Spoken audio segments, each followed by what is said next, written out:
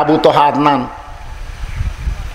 বিয়ে করছিল, এক বউ থুই আর একটা বিয়ে করেছিল ঢাকার যা, যার জন্যে হারানো নাটক হলো। আবু তোহা আদনান ঘুম হয়ে গেল, আসলে ঘুম টুম কিছু না, ওই দ্বিতীয় বিয়ে।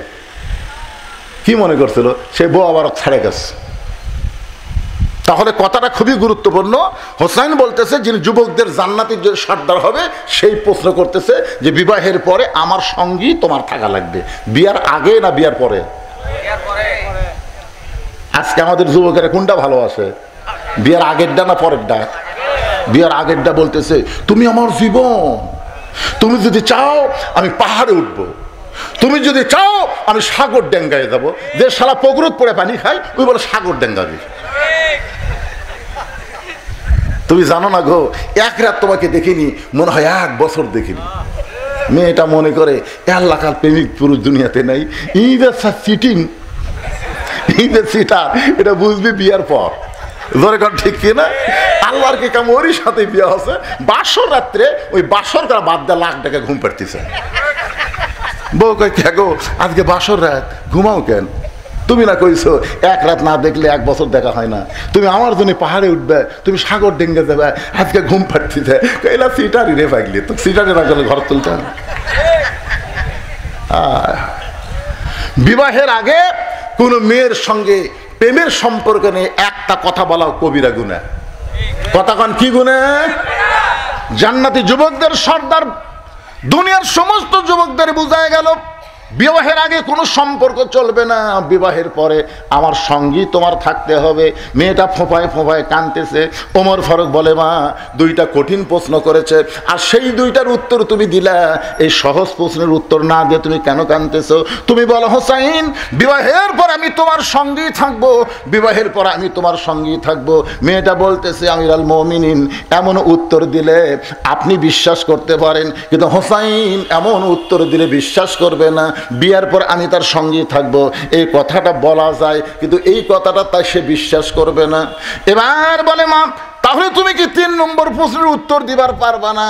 মেয়েটা কিছুক্ষণ পরে বলে আল্লাহ, মনে মনে আল্লাহর সঙ্গে যোগাযোগ করতেছে, আল্লাহ 2টার উত্তর দিয়ে দিলাম, এইটার উত্তর কি দেব? এমন সময় আল্লাহ পাক ইলহামের মাধ্যমে এটাকে জানাই দিল, রে মেয়ে তুমি উত্তরে বলো একজন মস্ত বড় আল্লাহ নবী ছিল, সেই নবীর নাম হলো আইয়ুব নবী। জোরে বলেন কি নবী? আইয়ুব নবী যখন সুস্থ ছিল তখন তার অনেকগুলো বিবি ছিল, বাদশাহী ছিল, চাকর নৌকর অনেক কিছুই ছিল। কিন্তু আইয়ুব নবী যখন অসুস্থ হয়ে গেল, অসুস্থতার মাত্রা যখন বেড়ে গেল, একসময় আল্লাহ তার দেহের মধ্যে গোস্তর পচন ধরে দিল।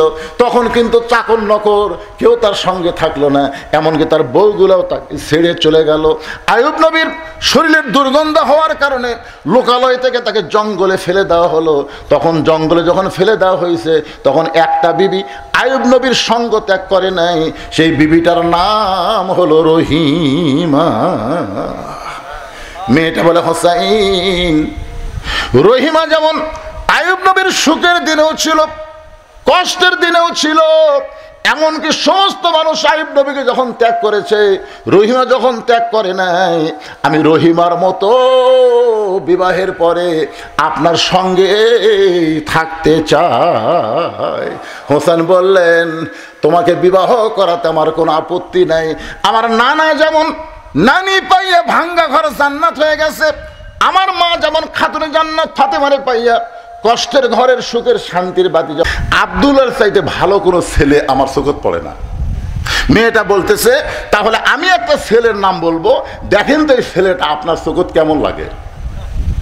ওমর ফুকচুম করছে কে তাই 6 বছর বয়সে জেলত বন্দি হলো, 12 বছর জেলখানা থাকলো, আর সেই মেয়েটা ভালো ছেলের খবর দিবে। ওমর ফারুক বললেন মা তাহলে বলো তোমার কাছে ভালো ছেলের খবর কি? মেয়েটা বলতেছে বাবার নাম হলো হযরত আলী, মায়ের নাম হলো খাতুনে জান্নাত ফাতেমা, নানার নাম হলো বিশ্বনবী মুহাম্মদ রাসূলুল্লাহ, তার নাতি হলো হোসাইন। এখন বলেন আপনার আব্দুল্লাহ ভালো না হোসাইন ভালো? যেই বলতেছে এখন আপনি বলেন আপনার আব্দুল্লাহ ভালো না হোসাইন ভালো?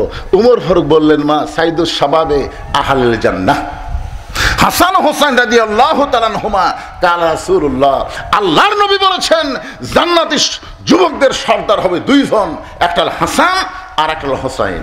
তাহলে যারা যুবক, এই যুবক যারা কোরআনের মাহফিল করতেছ, তোমরা কি হাসান হোসেনের জীবনী জানো? অথচ এই হাসান হোসেন হবে জান্নাতি যুবকদের সর্দার। তোমরা যদি জান্নাতে যাবার চাও, হাসান হোসেন সম্পর্কে জানার দরকার আছে না নাই? দরকার আছে না নাই? খালি কোরআনের মাহফিল করতেছ, কি জন্য হাসান, কি জন্য হোসাইন? আল্লাহ কেন বললেন লিয়াবলুয়াকুম আইয়ুকুম আহসান আহসানু আমালা? কেন বললেন? সঙ্গে ওমর ফারুক বললেন, মা তুমি যে হোসেনের কথা বলতেছো, আমার আব্দুল্লাহর চাইতে 1000 গুণ ভালো। মেয়েটা বলতেছে, তাহলে আপনার আব্দুল্লাহর চাইতে 1000 গুণ ভালো যদি হোসেন হয়, সেই হোসেন থাকতে আমি অন্য কোন আব্দুল্লাহর সঙ্গে বিয়ে বসবো না। না, আপনি যখন বলেছেন ভালোর সঙ্গে বিয়ে বসার অধিকার আছে, তো ভালো থাকতে এটা কেন? ওমর ফারুক মেয়েটাকে নিরাপদ আশ্রয় দিলেন। পরন্তু বিকাল বেলায় হযরত আলীর দরজায় গিয়ে সালাম দিলেন, আসসালামু আলাইকুম ইয়া আহলাল বাইত। কোন বাড়ির দরজা দিয়ে সালাম দেওয়া কার সুন্নত? জোরে বলেন, কার সুন্নত? এটা কি ভোটের আগে না ভোটের পরেও?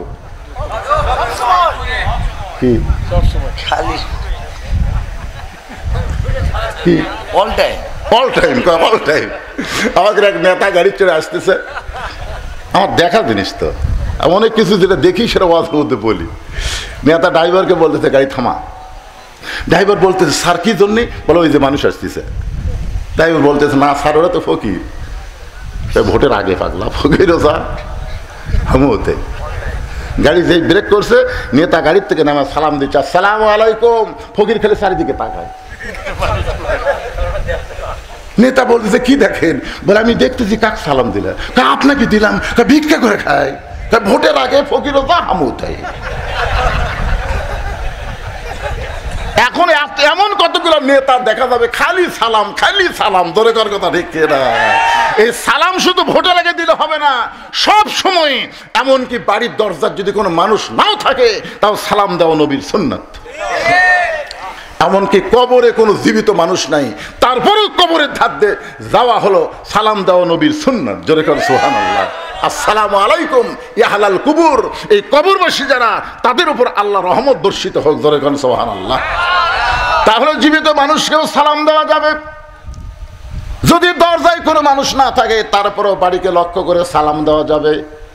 কোনো মানুষ যদি জীবিত না থাকে, কবরস্থানেও সালাম দেওয়া যাবে। হযরত ওমর আলীর দরজায় গিয়ে সালাম দিয়ে বললেন, আম্মা সাইলা ফালা তানহার। হযরত আলী চমকে গেলেন, কারণ সালাম শুনি বুঝতে পারছে এটা ওমর ফারুকের সালাম। কিন্তু এরপরে যে আয়াতটা পড়লো, বুঝতে পারছেন? আম্মা সাইলা ফালা তানহার। হযরত আলী দরজা খুলে বলতেছে, আমির আল মুমিনিন, আল্লাহ রহমত আপনার উপর বর্ষিত হোক। কবে থেকে ভিক্ষা শুরু করলেন? আপনি ফকিরের আয়াত কেন তেলাওয়াত করলেন? ওমর ফারুক বলে, আলী, আজকে আমার জীবনের সবচাইতে বড় বিপদ। তো বড় বিপদ হলে ইন্না লিল্লাহ পড়া লাগবে। জোরে কোন কথা ঠিক কিনা? ইন্না লিল্লাহি ওয়া ইন্না ইলাইহি রাজিউন। আপনি ফকিরের আয়াত কেন বললেন? ওমর বলতেছে, আলী, জীবনে কোনোদিন ঘটকালি করি নাই, আজকে প্রথম ঘটক হয়ে তোমার দরজায় তোমার হোসেনের ব্যাপারে আমি ওমর একটু ঘটকালি করবার চাই। আলী বললেন, আলহামদুলিল্লাহ, আপনার মতন মহান ব্যক্তি যদি ঘটক হয়, তাহলে পাত্রী অবশ্যই ভালো হবে। আপনার বলেন তো, ঘটক যদি ভালো হয়, পাত্রী খারাপ হবে? হ্যাঁ বাবা, মুরব্বী, কি হয়েছে বাবা? হ্যাঁ হ্যাঁ, এইরকম বয়সের লোক ধরে নিয়ে যাও বাবা, ধরে নিয়ে যাও, অসুবিধা নাই তো, বয়স বেশি। আপনারা বলেন তো, সব বয়সে ওয়াজ শোনা লাগবে? জোরে কারণ সব বয়সে ওয়াজ শোনা লাগবে? ওনাকে আল্লাহ পেনশন দিয়ে দিছে, আল্লাহ দিয়ে দিছে। সরকারি চাকরি যারা করে, বুড়া বয়সে তাদের চাকরি করা লাগে না, বসে থেকে বেতন দেয়। জোরে কারণ কথা ঠিক কিনা? সরকারি চাকরি বোঝেন আপনারা? বোঝেন, কিন্তু সরকারি বয়স বোঝেন না। আমি যুবকদের মাহফিল, যুবকদেরকে লক্ষ্য করে বলতেছি, একটু মনোযোগ দিয়ে শোনেন। হযরত আলী বলতেছেন, আপনার মতন মহান ব্যক্তি যদি হোসেনের ঘটক হয়, তাহলে পাত্রী অবশ্যই ভালো হবে। ওমর ফারুক বললেন, 1 নম্বর গুণ হলো 6 বছর বয়সে ঈমান গ্রহণ করছে। পাত্রীর 2 নম্বর গুণ হলো 12 বছর ইমানের পরীক্ষা দিয়েছে, সকালবেলা 3টা করে চাবুক, বিকালবেলা 3টা করে চাবুক মারছে, এরপরেও মেয়েটা ইমান হারা হয় নাই। ওমর ফারুক বললেন পাত্রীর 3 নম্বর গুণ হলো আমার হাদিসের হাফেজ, কোরআনের হাফেজ আব্দুল্লাহর সঙ্গে বিয়ে দিবার চাইলাম, কিন্তু মেয়েটা আমার আব্দুল্লাহকে অ্যালাউ করে নাই। আলী তোমার হোসেনকে বড় পছন্দ করে, এখন বলো এমন মেয়েটাকে তোমার বেটার বউ করা যায়? আলী বলতেছে আমির আল মুমিনিন, আমি মনে মনে মনে মনে এমন একটা মেয়ে খুঁজতেছিলাম। মনে মনে বেটার বউ খোঁজা যাবে, কিন্তু দেখে দেখে খোঁজা জায়েজ নাই। এখন কতগুলো বাপ খালি দেখে বেড়াচ্ছে। এ পর্যন্ত 19টা দেখছে, আমাকে হুজুর 19টা দেখলাম, পছন্দ হয়নি। আমি বললাম আবার বিয়ে করবেন? না হুজুর, নিজের জন্য নয় তো বেটার জন্য। তো বেটা বিয়ে করবে, আপনি দেখে বেড়াচ্ছেন, কিভাবে দেখেন? লায়া ছেড়ে হাত ধরে কয় মা দেখি তো তোমার হাতটা দেখি, মা দেখি তোমার চুল দেখি, মা এই হাত আর চুল দেখবার যায় যায় ওই লুচ্চা হয়ে গেছে, ওই আরো দেখবি। ধরে কোন কথা ঠিক কিনা? লালে ছেড়ে শালা লুচ্চা হয়ে গেছে। বিয়ার আগে বেটার জন্যও যা, বাপের জন্যও তাই। খুব মনোযোগ দেবেন, বিয়ার আগে ছেলের জন্য যা, বাবার জন্যও তাই। একটু মনোযোগ দিয়ে শুনবেন। আলী বলতেছে এমন একটা মেয়ে আমি মনে মনে খুঁজতেছিলাম। ওমর ফারুক বলেন আলী তুমি যে মেয়েকে খুঁজতেছিলা সেই মেয়ের খোঁজ যখন আমি দিলাম, এখন বলো কি? বলে আমার পক্ষ থেকে আমি 100 ভাগ রাজি। বিয়া দিবে কার সাথে? এ কথা কন না কেন? ঘটকালি কার সাথে হচ্ছে? 100 ভাগ রাজিকে ওমর ফারুক বুকের মধ্যে নিয়ে বলতেছেন আল্লাহুম্মা জিদ মুহাব্বাতান লিল্লাহি ওয়া লিরাসূলিহি। ওমর ফারুক আলী যখন কোলাকুলি করতেছে, এমন সময় হোসেন ঘর থেকে বের হয়ে বলতেছে আসসালামু আলাইকুম। 2 মুরব্বী, আপনার 2 জন যেভাবে কোলাকুলি করতেছেন মনে হয় বিয়ে আপনারাই করবেন। ওমর ফারুক বলে হোসেন আমরা 2 জন তোমার মুরব্বী, তুমি কি মুরব্বী মানো না? হোসেন বলতেছে আপনার 2 জন আমার মুরব্বী আমি জানি, কিন্তু আসল মুরব্বী হিসাবে আমি শুধু একজনকেই মানি। দুনিয়াতে যতই মুরব্বী হোক কোন মুরব্বী মানা যাবে না, একমাত্র মুরব্বী হলো মুহাম্মদ রাসূলুল্লাহ। ধরে বলেন কথা ঠিক কি না? আজকে তাবলীগেরা 2 মুরব্বী ধরছে, থেকে 2 দল হয়ে গেছে। এক মুরব্বী, আতিউল্লাহ ওয়া আতিউর রাসূল। এরপরে বলা হয়েছে উলিল আমরি মিনকুম, এখানে তো বলা হয়নি আতিউ উলিল আমরি মিনকুম, এখানে আল্লাহ বলে নাই। কুল হে রাসূল আপনি বলেন ইন কুনতুম তুহিব্বুনাল্লাহ ফাত্তাবিউনি, কেউ যদি আমি আল্লাহকে ভালোবাসতে চাই, আমার গোলাম হতে চাই, তাহলে তার একটাই মাত্র আমল ফাত্তাবিউনি, আপনাকে গ্রহণ করতে হবে। রাসূল ছাড়া চোখ বন্ধ করে কাউকে মানা যাবে না। জোরে কোন কথা ঠিক কিনা কথা বলেন? ওমর ফারুক বলে হোসেন তুমি কি বলবার চাও?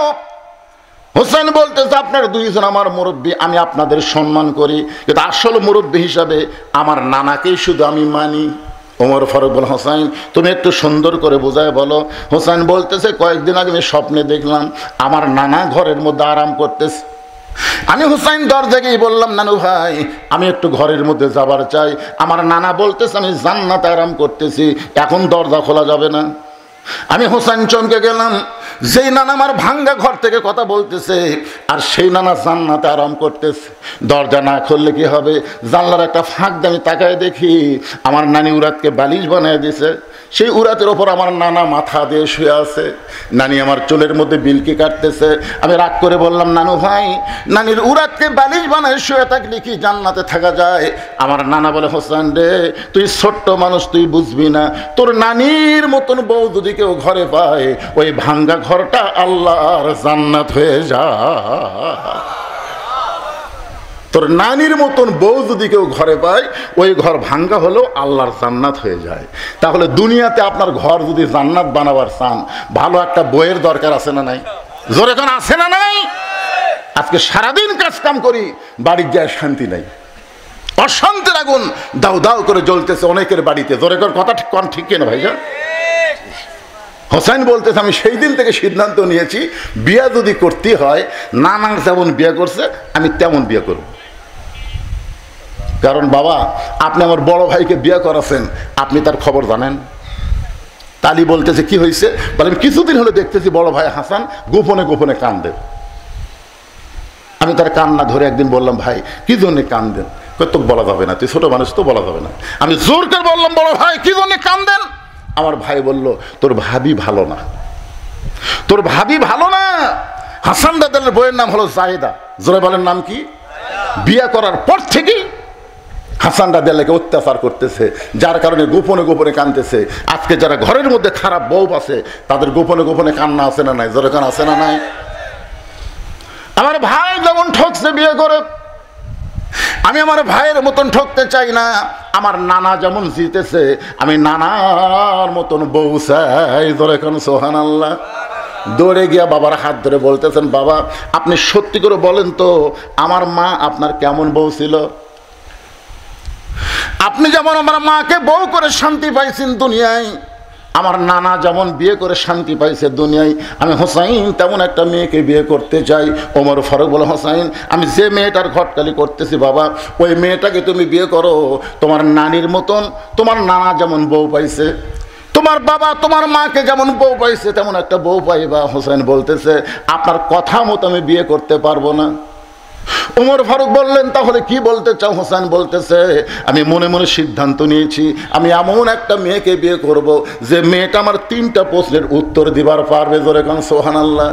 ওমর ফারুক বলে, আলী হোসেন যে 3টা প্রশ্ন করবে এই প্রশ্ন সম্পর্কে তোমার জানা আছে? আলী বলতেছে, আমি জীবনের প্রথম শুনলাম। ওমর ফারুক বলে, আমিও তো প্রশ্ন জানি না, যেই প্রশ্ন আমিও জানি না তুমিও শোনো নাই, সেই প্রশ্নের উত্তর মেয়েটা কেমনে দিবে? আমার ঘটকালে আল্লাহ কবুল করে নাই। ওমর ফারুক কানতে কানতে মেয়েটা যেই ঘরের দরজায় গিয়ে বলতেছে, মা আমার আব্দুল্লাহকে বিয়ে কর, তোর জীবন শান্তিময় হয়ে যাবে। মেয়েটা বলতেছে, আমার কোনো আপত্তি নাই, কিন্তু আপনাকে একটা বার বলতে হবে আব্দুল্লাহ হোসেনের চাইতে ভালো। শুধু একটাবার যদি বলেন আব্দুল্লাহ হোসেনের চাইতে ভালো, তাহলে আমার কোনো আপত্তি নাই। ওমর ফারুক বলে, আমি কেমনে বলবো মা, কারণ হোসাইন আব্দুল্লাহর চাইতে 1000 গুণ ভালো, তাহলে হোসেন ভালো থাকতে খারাপ আব্দুল্লাহকে আমি বিয়ে করতে পারবো না। ওমর ফারুক বললেন, মা হোসেন সেই মেয়েটাই বিয়ে করবে যে 3টা প্রশ্নের উত্তর দিবার পারবে। এখন তুমি বলো, তুমি কি 3টার উত্তর দিবার পারবা? যেই প্রশ্ন আমি ওমর কোনোদিন শুনি নাই, যেই প্রশ্ন তার বাবা কোনোদিন জানে না, তাহলে তুমি কেমনে উত্তর দিবা? মেয়েটা বলতেছে, আমিরুল মুমিনিন হোসেন কি 3টা প্রশ্ন করবে আমি জানি না, তবে আমার ঈমান বলতেছে আমি না পারলেও আমার আল্লাহ পারাবে।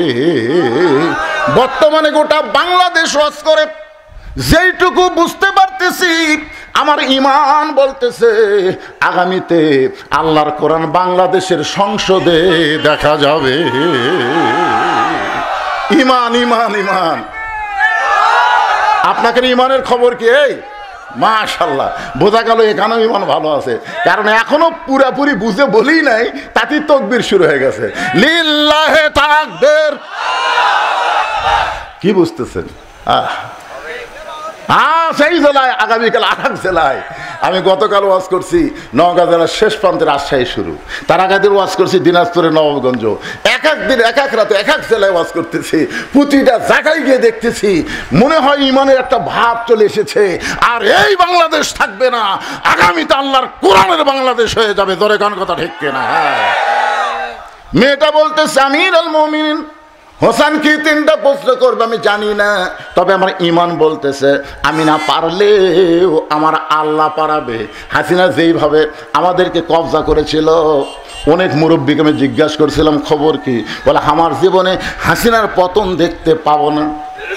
এমনভাবে দুর্বল হয়ে গেছিল ঈমান। কিন্তু আবু সাঈদ যখন রংপুরে প্রথম জীবন দিল, তখন থেকেই বাংলা মানুষের ঈমানের পাওয়ার বেড়ে গেল। ধরে কোন কথা ঠিক কিনা? মানুষ মরলে ঈমান বাড়ে, এইটা বাংলাদেশের আবু সাঈদ শুরু করে দিয়েছে। এটা যদি ভিডিও না থাকতো তাহলে কিন্তু ঈমান বাড়তো না। ভিডিও মার মার,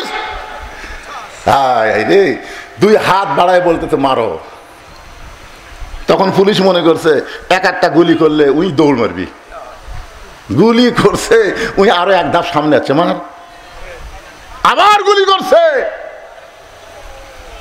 আর এক ধাপ সামনে আসে, গুলি খায়, ও মারে বাবারে, কোনো শব্দ নাই। 3য় গুলি যেই করছে, তখন একজন বন্ধু এসে দৌড়ে এসে ধরছে, ও তখন টলে পড়ছে।